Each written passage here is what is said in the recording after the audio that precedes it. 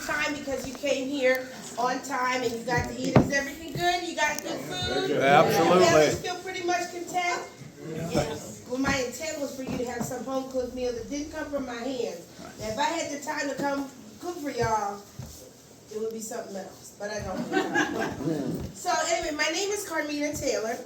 I have the privilege to serve as the chair of the PA Black Mayors Coalition. And I am from southeastern Pennsylvania, from Philadelphia, but I'm from the suburbs. And I was given an opportunity to coalesce or bring all the black mayors from Pennsylvania together. And I want you to be very proud of the western part of this state. So there's 17 black mayors in western PA. Did you know that? Nope. No. 16 of them are not in Pittsburgh. And so that's phenomenal. And when I started reaching out to other people that were mayors, we basically have 34 in the whole state. What's significant where I am from, in the southeast region, we have 4 neighboring suburban counties outside of Philadelphia. We have Delaware County, Bucks County, Chester County, and Montgomery County. What's awesome is that we have 8 black men that are mayors in Delaware County. We have 1 black mayor in Bucks County. We have 1 black mayor in Chester County, a black woman. And we have 1 black man in Montgomery County, where I'm from. Never in the history of my life and growing up in Montgomery County did we have a black mayor. We have a mayor in Gettysburg. Did you know there was a black mayor in Gettysburg? No. Rita Fraley, did you know that? You did? Okay. Well, let's see if you know where there's another black mayor. Do you know any other mayors in the Northeast? Central. No, Central PA. What about Central PA? Harrisburg? In Dauphin County, how many black mayors do you think we have? 2. We have 2. Who said 2? You did? You know who they are? No, I can't remember that. Wanda Williams is from Harrisburg, and Sierra Dent is from Steelton. We have a mayor in Lewisburg. We have a mayor in Williamsport. I know the map, but here's the point. I really felt it was very important during this process of the election cycle to have conversations with regular people about why being actively and civically engaged is important. This is not by any means a partisan event. It just happens that our black mayors are Democrats, okay? And we're at the end of the cycle, and a lot of our mayors, and this is what I really want you to think about. Of those 16 mayors that are in the southwest part or the western part of this city, they don't have full-time positions as mayors that afford them the means to travel. They don't have a travel budget. And so, you know, what they do on their own when they come out and greet and meet people is on their own. They pay for it themselves. So we're at the end of this election cycle. They're out there where we're supposed to have 4 or 5 mayors that were supposed to be here, but we have 1 that's extra special. I do want to give, Ed Gainey wanted to be here, the mayor of Pittsburgh. He talked to me last night. He was going to send me a statement, but he is busy. And I think he might near the end of this. So we're going to wait to see if he's going to call in to me or send a statement. But we're basically, now the other side of me is that I've been doing advocacy work in Uniontown for about 4 years. Okay? It really, if I were to be honest with all of you, it started with helping out Antoinette. So let me tell you about my little story and why I came to Uniontown. So 4 years ago, when the peaceful protest happened in Philadelphia, and there was all this ruckus. At that time, we were still under COVID, and people were meeting with people virtually, right? Everything was virtual. And I started to meet community leaders across Pennsylvania that were on these virtual calls. So I, unbeknownst what I was thinking about back then, I can't even tell you, I got in my car and I drove all through rural Pennsylvania. And I drove around, I made it through Bedford and Somerset and everything else with myself. And because of the work that I did in Pennsylvania, 2 years ago I got an award at the White House. President Biden had a United We Stand summit against hate. And I was one of 16 people that were chosen for the work that we did. But most of my work against hate was in Fayette County. And I can tell you honestly that I do have a phone relationship with all of your county commissioners, all of them. The 2 Republicans and the Democrats. They see my name on an email or my phone and they definitely, flinch, but I can call them. So I got very fond of Uniontown because I went to city council meetings. I wrote, what are those things? Letter to the editors, just about what was going on here. What was fascinating to me about Uniontown in particular is the demographics. The people, first of all, 70% of the people that live in Uniontown are renters. And I found that fascinating, and they still have to pay real estate and school taxes. And then when you think about the council and all the changes. So I'm very fond of Uniontown. And so when I got together with the mayors on the western side of the state, I wanted to make sure that you had an opportunity to meet these exceptional people that I have gotten to know. And so we're here to just have a conversation. And one of my favorite, I shouldn't say it, but one of my favorite mayors is JoJo Burgess. He is the mayor of the city of Washington in Washington County. He inspires me, and I think he will inspire you. And again, I apologize that some of the mayors couldn't come today, but JoJo is so totally sufficient. So I want to have a community conversation. He's going to lead it, ask him questions, and enjoy yourselves, okay? Do you have enough information about me? So I'm here because I care. I'm here because I love Uniontown, and I think you guys can benefit from the engagement with this man. Okay? Further ado, JoJo Burgess from the city of Washington. Mayor JoJo Burgess. Thank you. We do have a microphone set up, but I don't know how much I'll use it because I'm pretty loud as it is. And just like Carmina said, we're here to have a community conversation today.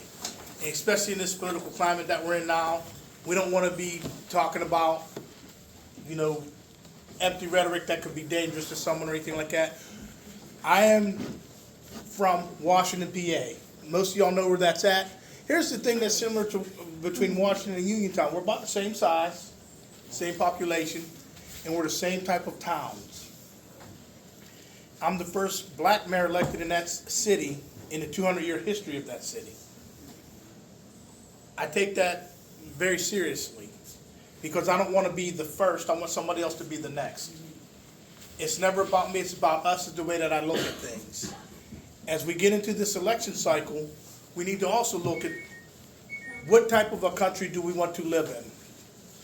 Do we want to live in an all-inclusive country where everybody's welcome to be who you are, act how you want to be, without violence or something like that? When I say act how you want to be, but we embrace each other and try to work and build on the strengths of what we have in common than try to talk about the stuff that divides us and tears us apart? Or do we want to live in an exclusive country, which says, because you're wearing a gray hoodie, I don't like you. Because you're wearing a long sleeve shirt, you're not good enough. It's not about that. It's got to always be about, let's talk about where we're together on things at. Because believe it or not, politics aside or political parties aside, we have more in common than we have that's differences. And building off of that common nature is something that I thrive on and that I built my early political career on or time in office. The first thing that I did whenever I got elected into office was meet with every other elected official around my town. And I am the only Democrat. Oh, I take that back. I have another one, or one of our county commissioners is a Democrat, but pretty much we're all Republican led. When I met with the state senator or state rep, the other commissioners and everybody like that, my message was this: you use a political party to get elected into a position. Once that's done, the only letter that matters is the letter P, and that's the people. If we're not doing things that's good for all of our people and finding a way to bring all of our people together, we're not doing the right thing. So I will not play party politics when making decisions. That's been well documented, and believe it or not, me working with the other side of the aisle has been very good because we had that understanding. That's where I'm coming from. Now, Carmina says, and I'm going to echo what she says, there's 17 black mayors in southwestern PA. Actually, there's 18. What's the one I'm missing? East Washington Borough. Oh. And he's a Republican. Oh. And That's listen, okay. listen, That's okay. that's okay, because I'm gonna say something about that. Me and him have already had multiple conversations because his borough sits right on my city. Okay? We are able to work together because, again, we don't work off of the differences, we work on what we have in common. And that's how you build a community and how you build up people in general. So, again, Washington is similar to Uniontown. We're in a rural county. Washington County is very rural, just like Fayette County is. Same demographics. I don't know what that was. I thought it was finally my time or something like that. Now, One of the mirrors. you know, I would be totally off base to come in here and start saying, hey, I need you to vote for a political candidate and start talking politics right now, because here's one thing that I've known, because I've seen it in Washington, I see it in Fayette. Sometimes when you get outside of Allegheny County, in Pittsburgh, in the major areas, what we would call caller areas, sometimes we feel like we're not heard. Sometimes we feel like people aren't paying attention to us. Sometimes we think, what more can be done for us? What Carmina did in bringing this coalition together that we have of black mayors in the state of Pennsylvania, I think it's something that's going to take off big time. Because again, 17 of us outside of Allegheny County have regular jobs. I work at Clairton Steel. I'm a steel worker. Woo. Okay? So my schedule is always like fluid. There's sometimes like I'm the only one here today. Others have work. They have other obligations that they have to take care of their families on, that they have to be outside of here. We understand that because we all have to live that way. Ed is the big dog. Everybody knows that Pittsburgh is the big dog. Ed Gainey is the big dog around here. His obligations are monumentous compared to what we have, because guess what? Because of what Carmine and them have developed with the PA Black Mayors, people are realizing, man, there's more than Ed Gainey in southwestern Pennsylvania. And here's the good part about it is, the number 17 black mayors in one little part of our state outnumber quite a few states in general in having black mayors. Let that sink in. 17 of us in this little area around Allegheny County is more than most states have. And we all have the same problems when we get to talking. We all see different ideas and we talk to each other about how to have different solutions to different things like that. But the one big thing that we do and why we're important is because we come and talk to you. We are the lowest form of government that you have. We impact your lives more than any race that's going on right now, because we write the rules and we have to find a way to enforce those. So as a way of having a community conversation, we have actually found a way to be able to develop a rapport with elected officials that are a little higher than us, where we can put that urgency in and say what you guys really need and what you guys really want. I don't know your mayor down here in Uniontown, and I'm not here to step on their toes. I'm here to just have a conversation with people and say, hey, we have challenges as rural mayors. Forget the fact that we're black, because I'll be honest with you, at times that can become a problem. We're not here to talk about that problem. We're here to talk about the problem that we have as mayors in general in rural areas and how we benefit you guys. So I'm going to open the floor up to questions as to what would you like to see in your community that you feel that any mayor could do for you that can help you in your area where you live at. And believe me, it's totally informal. Just raise your hand and don't talk over anyone like that. And let's have the conversation and say, hey, what do you think benefits you? What will help you? What will help bring your community together so that whenever we have different fights with anything, that we're united in what we do and that we understand that we're working for the betterment of the people in the community.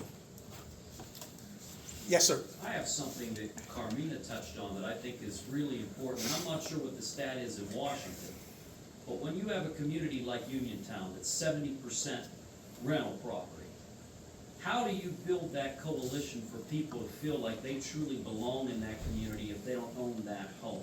How do we start to bridge that connection to make them a part of the community and process? I will tell you something about the demographics in the city of Washington that's going to be parallel to that, because I haven't looked at our rental percentages, but I do have this. The city of Washington, PA is 48% non-taxable properties that are owned by, whether it be the college, the hospital, or other government entities.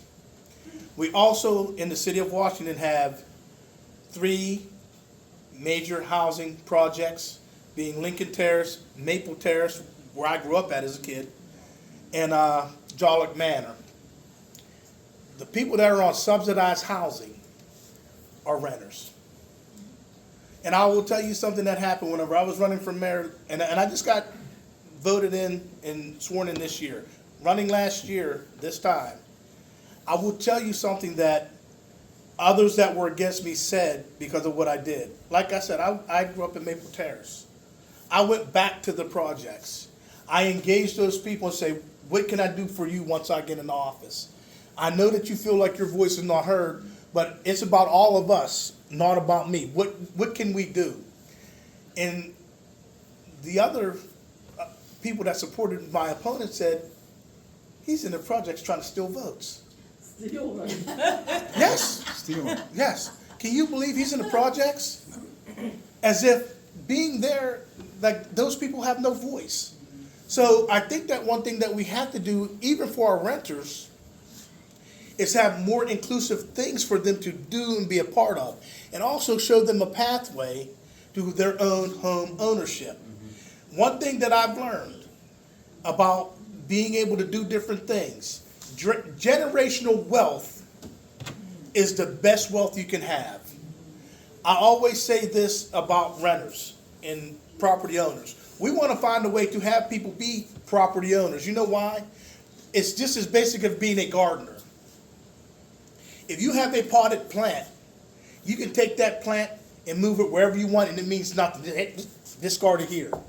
But build a rose bush, grow a rose bush.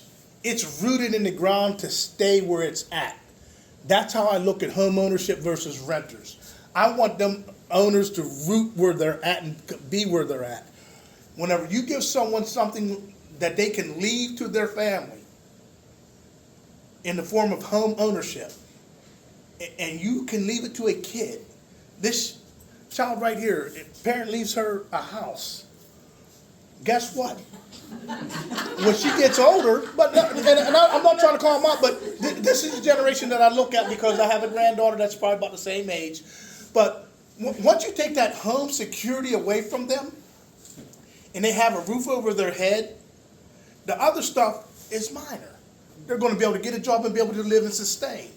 But that roof over your head is so, it makes you so proud. One thing that I like to say, and I like to tell a story of, is my story. I was raised by a single mother.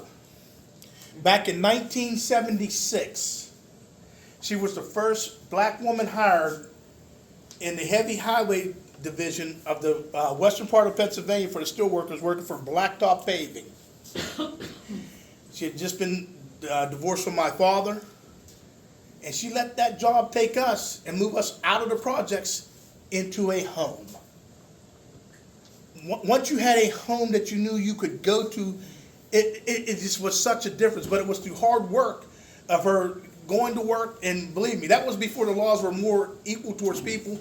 People spitting on her, just treating her like pure deep dirt. And she fought through all that and was one of the better workers up there for well over 20 years until the place closed down. And that's the life that she provided that life for us with a good union wage and union contract.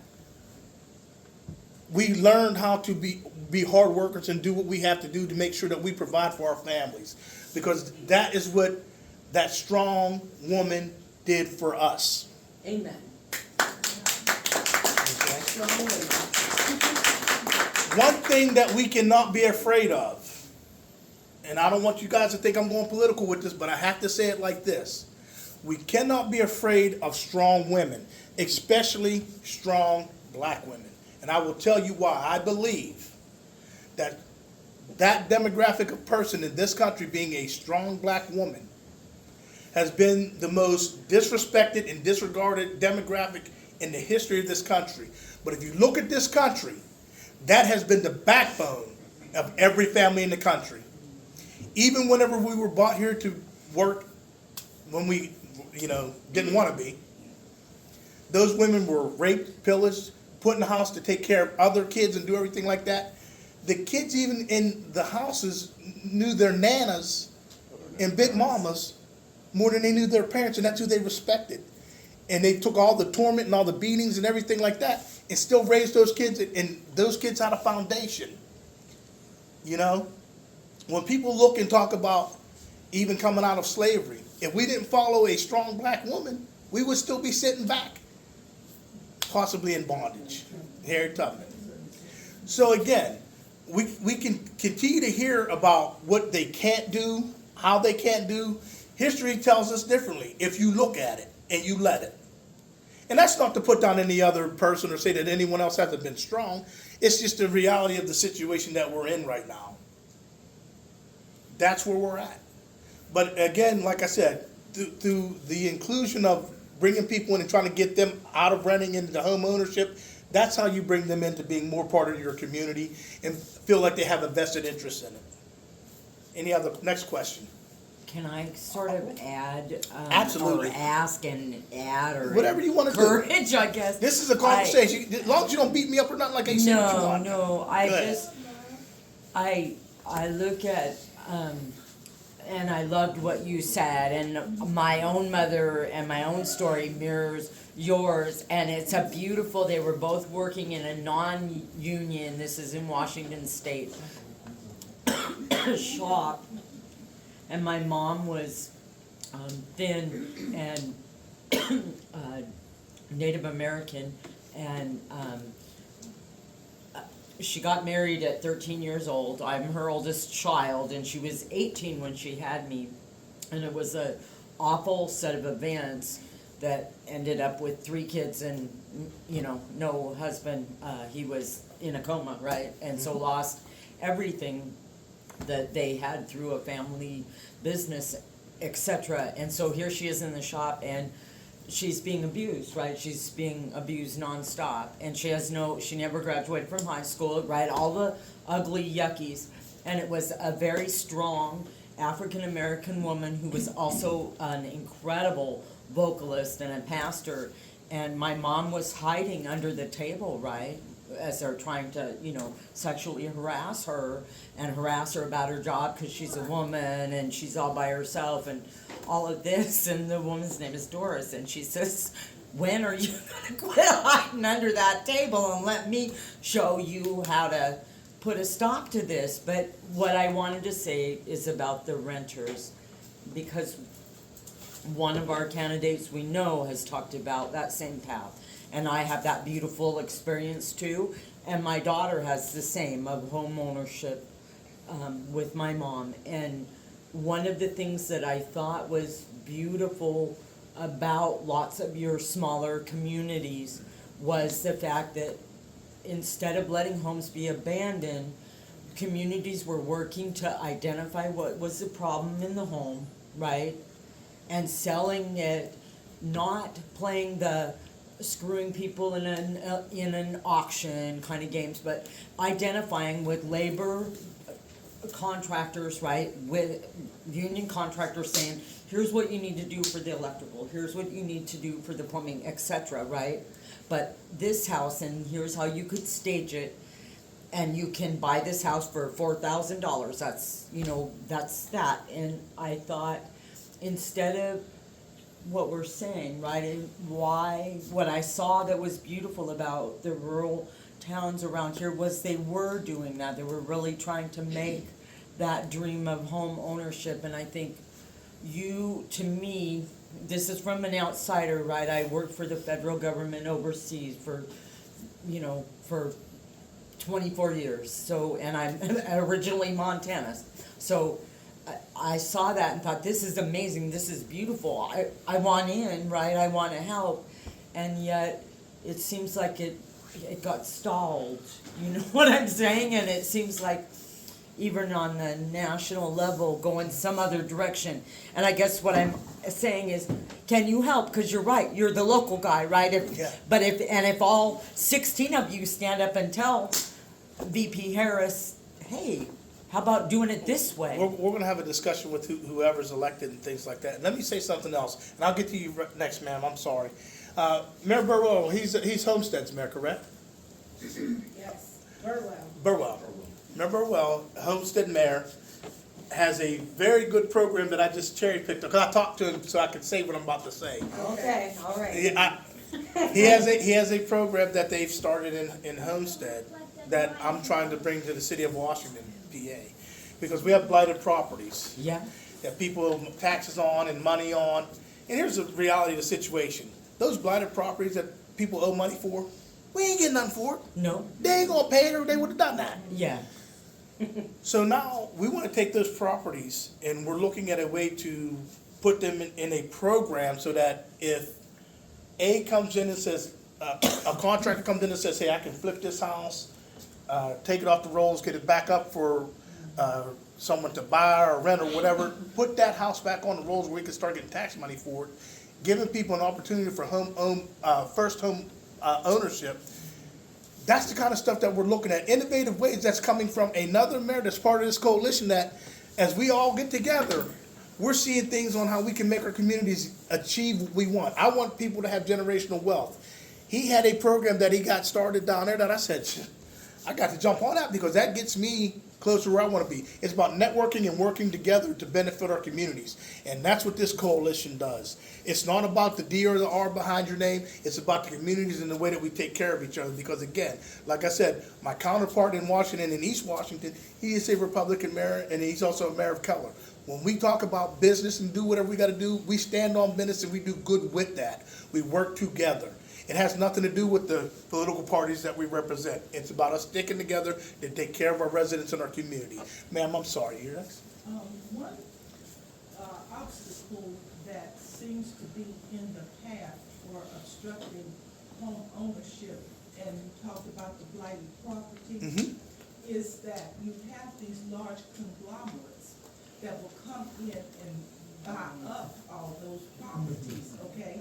And other groups or individuals don't have the resources to compete with the prices that they can offer. And also, there seems to be a whole lot of collaboration between them and city of, elected officials, okay? As far as the money goes and maybe some kickbacks in there somewhere. So that has greatly impacted areas like Uniontown, Washington, and other areas, for people to have a path from renting to owning those properties. Because there are vast numbers of properties, okay? Someone told me in Homewood, some of the sections that have been rebuilt, it took a lot of legal action in order for them to be able to obtain those properties they were able to obtain, to build houses that, more affordable houses for individuals, okay? But I know that is an issue, and I haven't seen that satisfactorily resolved in order for people to have housing. I get that with the larger conglomerates coming in, and I see it in my city where bigger people are managing rental properties because they have more money to be able to do that, and people just can't, you're right, they can't compete with that. The program that I'm looking at, I'm gonna have an independent contractor that's selling to or dealing with single family homes, not for rent, not for whatever. I want people to be able to own something. If you can own it, you're more likely to stay with it. And here's something else that a lot of people fail to realize with some of the blighted properties and some of the properties that get torn down or have problems with. When you rent something, it's not yours. You don't take care of anything that's not yours like it would if it were yours. If you have home ownership, your stuff's going to be pristine. it's gonna be nice. You're gonna worry about how you take care of it because you're rooted in it. If it's somebody else's property, oh, there's a hole in the wall, they'll take care of it. They don't worry about that. There is one development area here in Uniontown. Mhm. It was under the Elm Street project. Okay. Okay, and they, restored, and built all new housing there. And some of the most disgusting, okay, comments have come from, people in power about, well, why did they build those houses there? Okay? Uh-huh. But the individuals that own those properties have kept those properties so nice, okay? And there should be more of an effort, okay, to, support and fund that type, okay, of community, all right? The reason I know I worked right over the hill from I got you. those houses, but it's like those were built and no others have been developed like that. And I'll say this here too, I don't know a lot about what's going on here in Uniontown. I can tell you that the people that I'm dealing with and what I deal with in the city of Washington, now some of the outlying areas, let's just call it what it is, we have some racial issues. And when you go into certain communities and build a house and a person of color, regardless, moves in, sometimes there's some pushback. We got to get away from that. We got to get into, again, we want an all-inclusive country that we live in. How many of you all have heard about what's going on in Charleroi, PA right now? Let me say something. Those migrant workers that are down there have been quiet, have bothered no one. If you talk to the people down there, Charleroi was a pretty much dead in the water town. And then all of a sudden they come in, they started opening up businesses, they started working at a processing plant, and people were doing what was necessary to survive. Not one job was affected with anybody being down there. But of course, you get certain comments made, and then unfortunately you get the corning plant closing. So now it's all their fault, when that's the furthest from the truth. The corning plant closing, because we've had certain fit people come and want to blame it on elected officials, union people and stuff like that. Let's talk about why Corning closed. It was bought by a shell company of a competitor and shut down. No one could have stopped that from happening. The only way to stop that from happening would have been to stop the sale. I'm not my pay grade ain't high enough to know how all that went down. I do know that our state senator kind of threw up some red flags about the sale, what was going on. I don't know if it was too late or when it was, but she did step in and say, hey, look into this sale. Go ahead. I worked in Charleroi because I was employed by Southwestern Pennsylvania Human Services and an affiliate, the Area Agency on Aging for 43 years. How that happened, they had been slowly closing that plant for about 10 years. Really? Oh, yes. It was not an overnight thing, because the first thing they did when Corning had it, okay? Yeah. They started moving some of their other appendage venues out of there. They moved, they have a very valuable credit union that was in that community. Yeah. That was a large part of that community. It shut down. That was when the sale took place, because that shell company that you talk about was going to come in, of course, Corning wasn't going to be there anymore, okay? Slowly, bit by bit, and the size of the workforce was reduced year after year. And I get that. Something else that happened, though, is a few years ago, the state gave that company that was sold a whole lot of money for new equipment and new things to stay open. And now, as they want to go to Ohio, is where they want to move the operations to. And they want to take all that equipment with them. And I think that there's going to still be a little bit of pushback, because unfortunately, there's nothing can be done to stop that place from closing. But some of that money's going to have to get paid back to the state. Yeah. And some of that equipment's just not going to be able to move. Yeah. But what I didn't like about the whole situation about the city of Charleroi, and I'm not the mayor there, I'm just a normal person, politicizing when people are down. Why are we not trying to find a way to help instead of politicizing it? And that's what we had happen. Why do we want personal gain from others' misfortunes? Is that the type of people we want to be? Is that the type of country we want to live in? I thought we wanted to live in a country we want to try to, and not give handouts, but give a hand up. And we come together. You know, behind the scenes on what happened, what was going on at Corning, the federal government and the state legislators have been following it tooth and nail, as well as the union that represented them workers. Again, that stoppage, if it could have been prevented, it would have been. And it's unfortunate. But we don't need to politicize it. We need to tell the truth about it and see how it don't happen again in some of our other places. Yes, sir. It hits home to me, believe it or not. I was an apprentice in 1972 working at that. You don't look old enough like that. I wouldn't believe that. But that's true. Mayor, how do you juggle, since you work full-time at Clerton, to your duties as mayor? And it can't be easy because you have a family. How does that work for you to convey to your constituents that, you know, you have a full-time job, but you also have a full-time job as a mayor? That got to be difficult for you. It's not, and I'll tell you why, because I'll tell you something that happens with me. First of all, anyone that wants to contact me can contact me.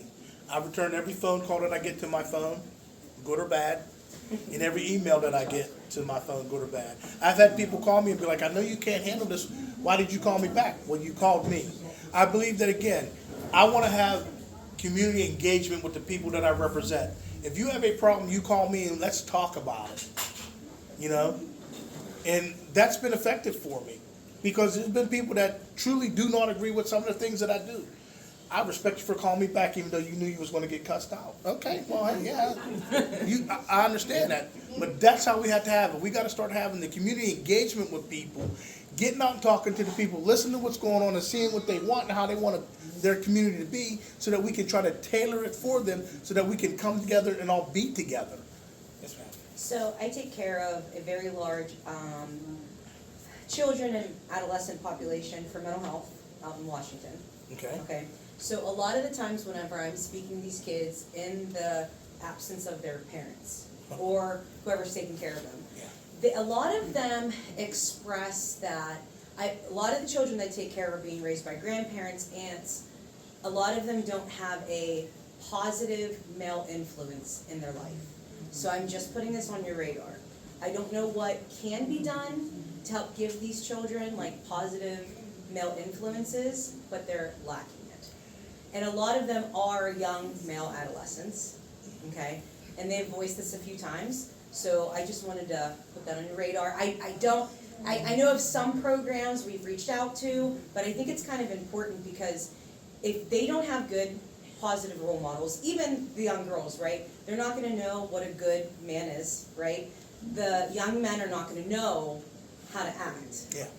And then I do have kids that get involved with whatever gangs are ongoing out there. They're getting snatched up. I keep hearing about these gangs, and I'm looking for them because I will tell you something. I understand what it is. A lot of these guys that when they say they're gangs, they're wannabes. Because I will tell you this: really, right. in the city of Washington, these kids that think that they're this tough. Yeah. My cousin is the district justice in Homewood, PA. If I take these kids to Homewood, they're rolling in Homewood with the windows up and doors locked. Right. I'm being honest with you because No, they know there's real people over there that could hurt them. Exactly. But we're from what is called Little Washington. Right. You're a big fish. They don't understand. And listen, I've taken kids over there to Homewood to say, hey, look, you're tough, let's go. And it makes a difference. I'm glad you said something though about the positive role model, which is something that I try to be in office. And what I do in Washington is I attend kids events and community events for the kids. I was in a dunk tank twice, which, you know, luckily the weather was good for me both days. And I even had a community bowling event. But the thing about that engagement is I can provide it but you got to come Gotta to come, it. right? And we'll continue to reach out to kids and do what we can to do whatever. I mean, I do the best that I can. I talk to them, I say whatever. And again, as I started off here, remember what I said. I don't want to be known as the first. I want somebody else to be known as the next. I want someone to say, look, he did it. I can do it. How can I do it? How can I be positive like that? That is the way that we build that trust and everything with the individuals in the community. These ones that are wanting to be gang members, Yeah.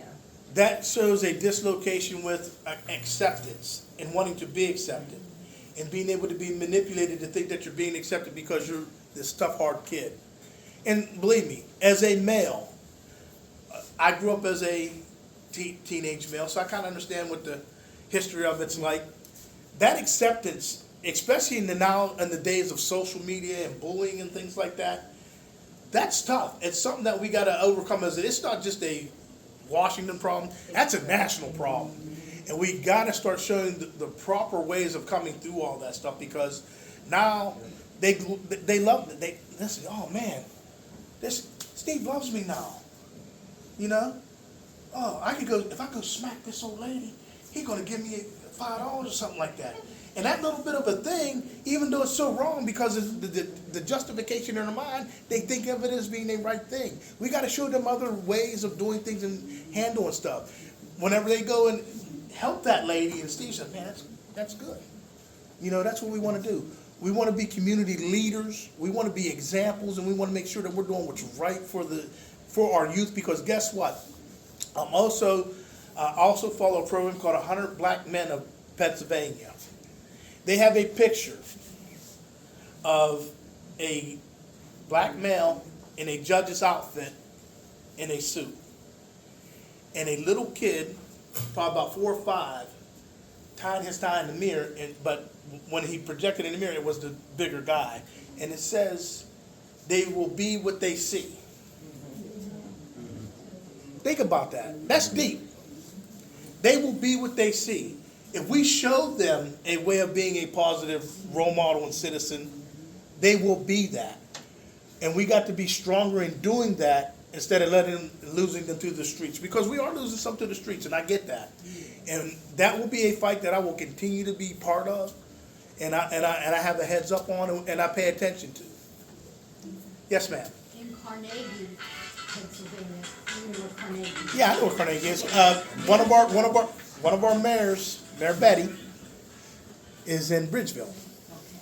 Well, years ago, my son is now in his 40s, and the other one's in his 30s, mid-30s. They had a boys', it was a club for boys. It was indoor for the winter, and they had a mentor for each boy.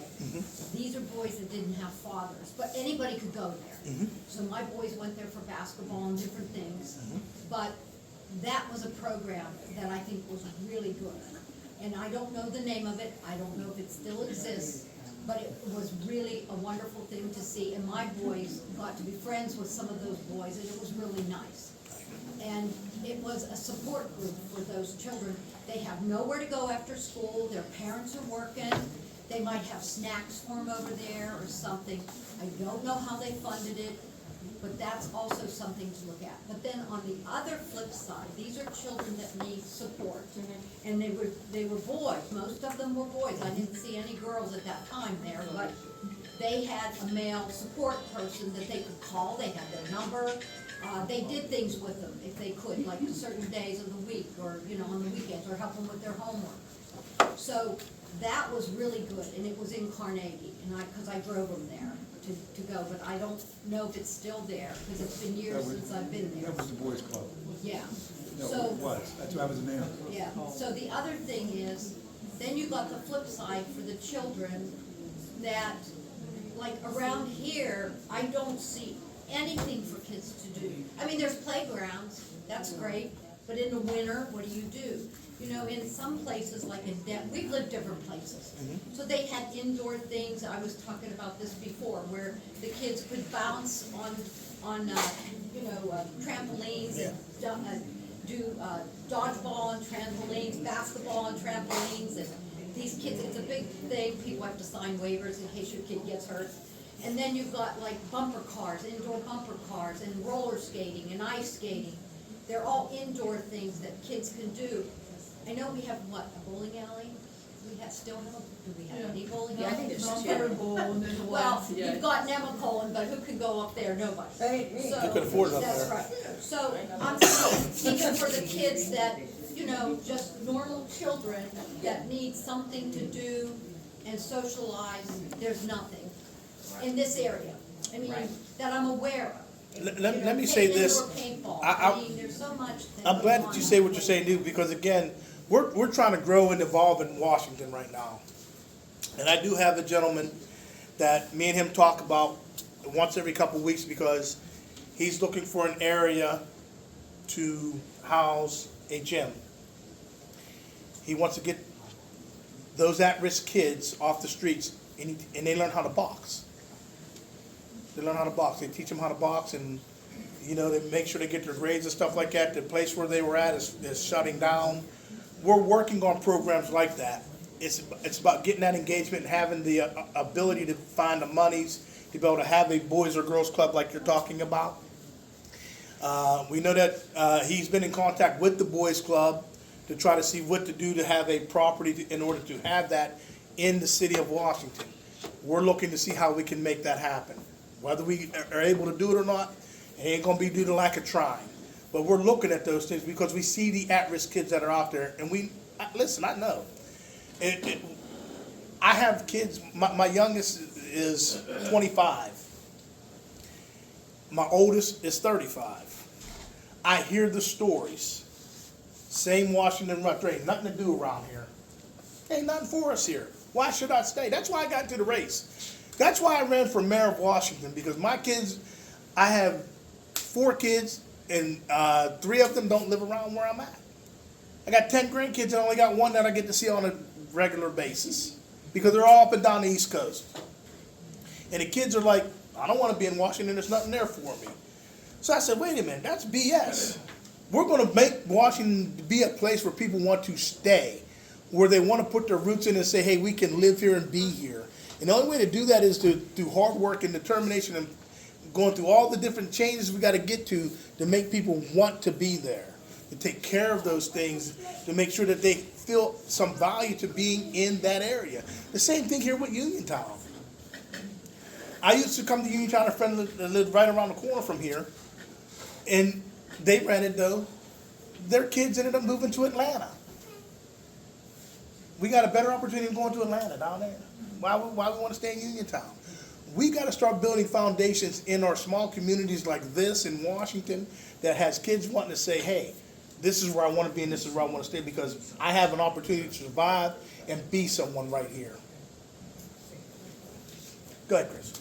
One thing I was going to say, Mayor, that would probably be helpful for the folks in the room, maybe share with us a little bit about what the function of a mayor is and what the law prescribes, and specifically how that relates to your work with law enforcement in local communities and what can be done there to bridge those gaps that may exist with folks in the community and law enforcement. I'm the mayor of a third-class city. Now, borough mayors, third-class cities, there's all different types of rules, but I can speak as a third-class city mayor, which means I'm basically there to be I'm in charge of the police department.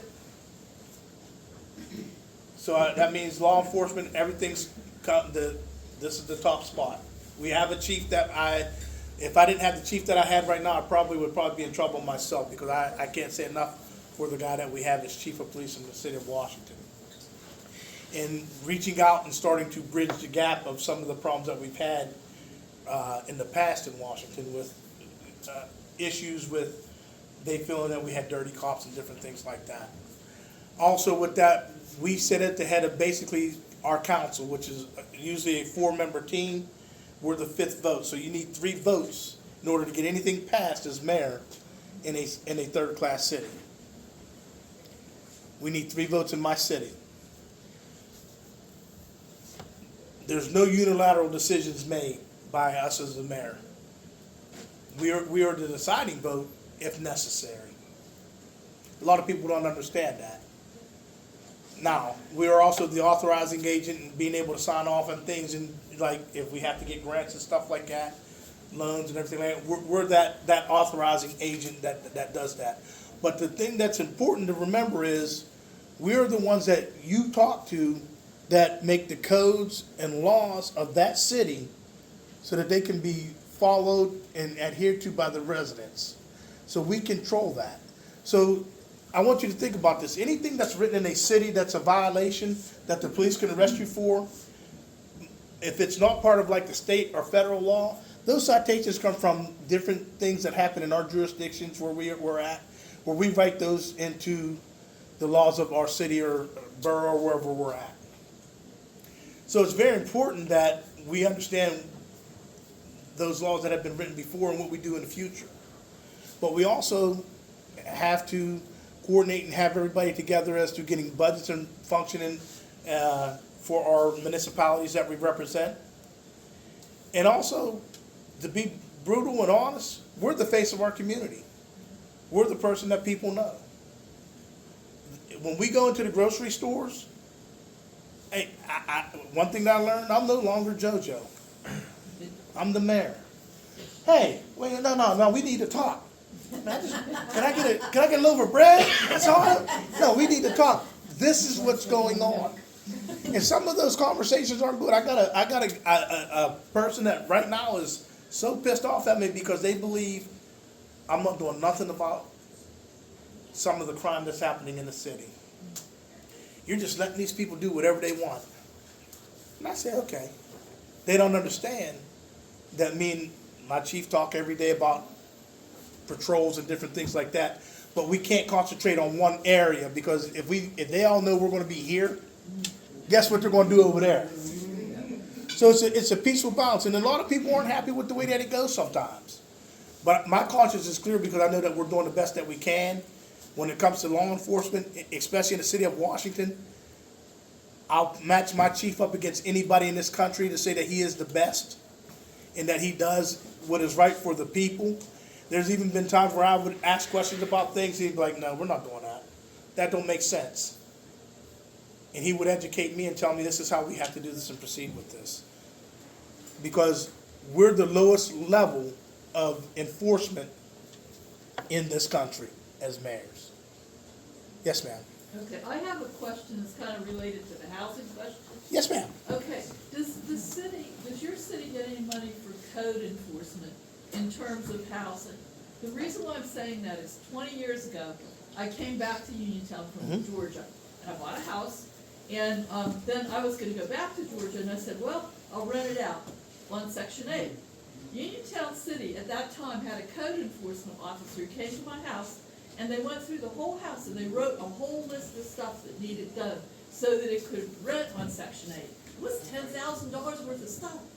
But I did it and I was able to, by the tax law, because you can pay for any, I did that. At the end, it zeroed out. I was able to get a good house, rent to a relative, and they rented it for years. But now, I'm not so sure there is such a code enforcement officer.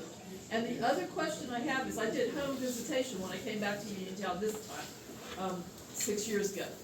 And I noticed that on Section 8, people are paying $595, $795 for real dumps. I mean, they wouldn't pass the code enforcement. And I'm not so sure that Uniontown has code enforcement. So I'm wondering, They do. do they really? Yes. Let me explain something to you about we have a code enforcement also. Here's what you get into when you get into renters and code enforcement things. Leases Yeah. are civil matters between the landlord and the tenant. If we find something that's out of code, we can cite you for that, and you have to fix that. That does not absolve that person from not having to still pay for, as you would say, that dump. You need to fix it up. But I thought you couldn't rent on Section 8 unless it was up to code. But That's not really there's true, a is it? reason. There's a reason for that though, because Okay. here's something else. I'm not the brains of the outfit here. My wife is the brains of the outfit. She is a housing manager. Okay. She deals with Section 8 and HUD all the time. So I can speak on some of these issues because she's smarter than me. When you talk about HUD and Section 8, Yeah. that is a different inspection that is required for that house to be eligible. It's not code enforcement that does that. That is the federal government HUD inspectors that have to say, you got so many, and usually the county housing authority has these people that do those inspections and sign off on it, yes. And that still happens in Washington, where I just had it with a house not long ago where HUD went, it was a, I don't wanna, it was a, there was a problem there that the tenant said wasn't their fault. Uh-huh. The HUD inspector didn't catch the problem, so that turned it into a civil matter with the landlord and the tenant, and it ended up getting worked out. But those inspections, we don't cover that. That's under the feds with the HUD. So you're talking about the code enforcement. Our code enforcement can go cite for things that happen at houses, but when it comes to the rental of those properties, especially with it being Section 8, that is under the government that's a little bit higher than us. Usually, like I said, it's from the feds, but they have somebody that works at the county level that goes and inspects that stuff.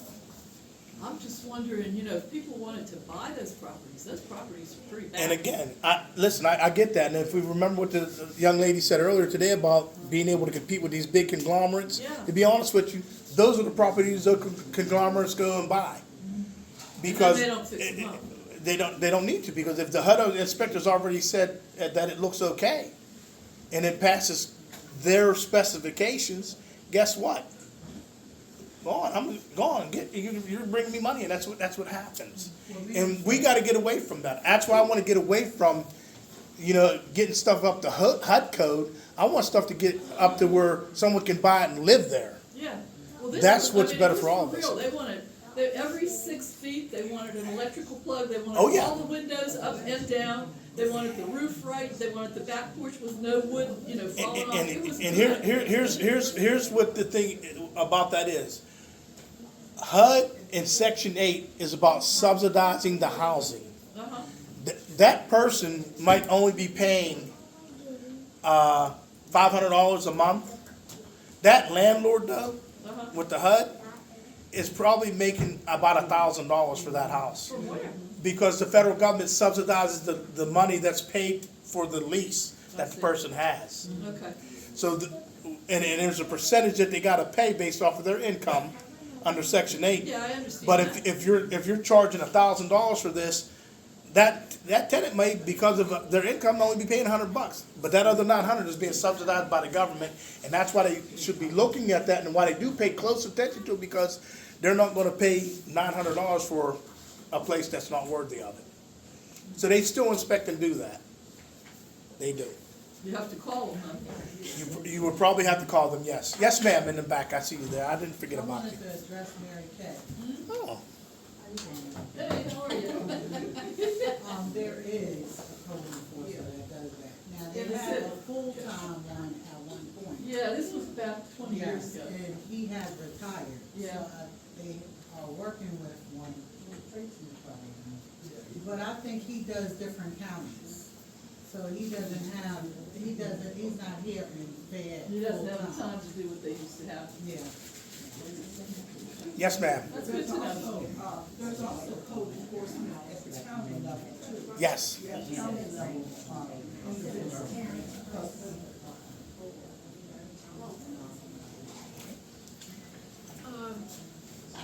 I don't, you don't need to answer this question in a lengthy manner. Go ahead. It's back to, the whole idea of turning renters into homeowners.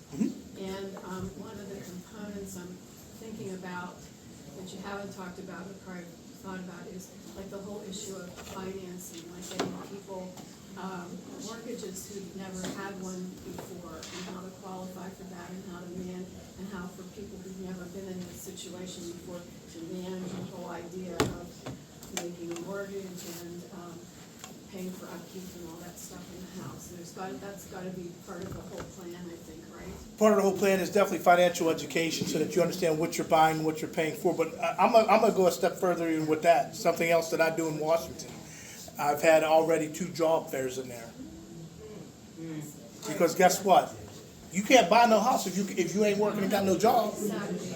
And we have an opportunity to bring jobs and have affordable living wages for people to be able to, number one, make the money to be able to do what they need to do. We get them the financial education like you speak about. We get the house that they can move into, and the perfect storm happens to where we have now a homeowner. So I agree with you on that 100%. Now, Community Action here in Fayette County will help with that. They Yes. have a housing division. And you can go to them and they can teach you how to save the money and, you know. what you They'll can teach do. you how to write a check. Yeah. You know, there's people that are my age, and I'm in my mid-50s, that cannot write a check, that do not know that just because you have checks don't mean you can keep writing them because you don't have the money in the bank. But that type of education is necessary for people to be able to manage their money and be able to buy a house. Yes, ma'am. There's also another group here in Fayette County. Excuse me. Yes, ma'am. Excuse us.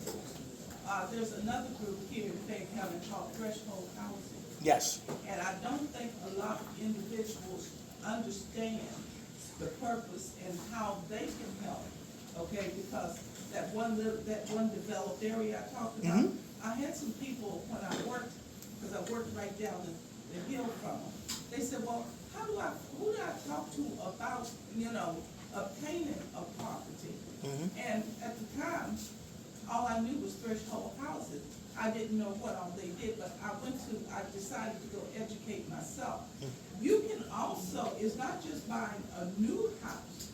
You can, if you agree to rehab an older house, okay, and put the sweat equity into it, you can obtain those properties also. But not enough people are seemingly going to find out, okay, about what is available in the community. And I think that's a big problem. So, hold up one second. We have a city council member here from Uniontown. Trace? That's right. Oh, I'm sorry. I didn't know that. No, well, that's why I'm bringing him in. Trace! Come on in. I want you to meet Trace. So, Uniontown residents, I think this is a really good place to just kind of wrap up the night and just add, I think, first of all, can we give a good hand to Mayor Burgess? Because what happened tonight planted seeds for you guys. This is your city council representative. And I think that more continuing conversations about the benefits of what is available to Uniontown residents should be had. And so I just wanted Mayor Burgess to meet council person Trace. Trace, how are you, Trace? I'm gonna take a picture of both of you guys. I can't do that. Why? Because I'm a Pitt fan. He knows why. I'm just messing around. I'm just messing around. I'm from the other side of the state, so I don't understand all that. Oh, they're rivals? What? You're 6-0, right? Huh? He's 6-0? Huh? Who's 6-0? Okay. And where are you guys? Hey, I know one thing. They're doing help from us already. Are they in the same You know division? what? I want to do one thing. Yes. Sorry. No, we're not. As we get ready to close, I'm going to say one thing. Yes. I appreciate the conversation. I wish I would have knew that you was one of the city. Well, he councilmen. was really hiding, so. No, And he came, listen, because and he you know late, what? and he was late. But this is what happens whenever you bring other people into the community that can get your leaders out, that can hear what you're saying, and the question that you have that I couldn't answer, he can answer. Well, he and I'm should. sure he's good at that. Well, Remember this, I'm going to leave you with this one political statement. One political statement. As you go to the polls on Tuesday, November 5th, think about the country that you want to live in. Again, do you want it to be inclusive or exclusive? Do you want us all to come together and be as one? Or do we want to find ways to put up barriers so that people are shut out? Remember that when you go to the polls, let that be your guide. And again, thank you guys for having me in Uniontown. absolutely. I appreciate it. And hey, come on up and see Little Washington because we're doing some good things up there. Thank you. You can invite Trace to come down to Washington. And then when is your next, hold up, who here knows when the next city council meeting is? Do you know what day of the week in the month? It's the first Thursday of every month, but it's changing this month. It will be November 14th. So how many of you guys are gonna attend the city council meeting? What time does it start? 5 o'clock. Wow, that's right around when time people are working, right? Or eating to get off of work. I think you should ask for an ordinance to change the time of I the think that meeting sounds like a great to idea. attend, to 8:30. address working people in Uniontown. I just think I so. don't disagree, but remember, I'm only one vote. Remember the- we talked about them votes needed to get, he's letting you know. But the he knows community that. should exercise its voice. Honestly, tonight was a good night, guys, because what we were able to do is start something. And I think this is an opportunity for the leaders in this county, in this state, and this city, I mean, not state, the county and the municipality to be more responsive and engaging with your leadership. And then what I think would be nice is if we invite the Washington City Council with the Uniontown City Council at some point too. We can do that, but let me say one more thing. Sorry, I'm just trying to. I would plug be in. remiss if I did not say this right now about this young lady right here. Oh. Her vision has put us in a position to, and I told her this earlier today, when she sees the fruits of the loins of what she did with this in the future, she's going to sit back and be like, I can't believe I did that, because it's going to be phenomenal, because she taught us and brought us together to give us a platform to be able to work with rural Pennsylvania right now. Her example that she set for us in bringing us together and doing what she's done is something that I think that national politics is going to pick up on and saying, let's get back to talking to our people that aren't engaged in big metropolitan areas and stuff like that. Absolutely. She did that. She brought us together, and I can't appreciate the hard work enough on what she's done. So let's give Miss Carmina a hand, please. I would not look at that. And I'm sure if you talk to the other 33 mayors that have been around her, they're going to say, he ain't lying. He ain't And lying. I also would like to thank the East End United Community Center and Steve Yes. and Paige, who's been here, and Miss Nancy. I am so grateful that we were able to be here tonight. I think this is a start of a really good thing, and all the leaders need to come together. So thank you. Listen, we have plenty of food. If you want to take a plate, I have some foil. You can wrap it up and put it in and go. Okay? So where's Kathy? Kathy, can you help? Can you bring the foil out? Does anybody want to take any food home?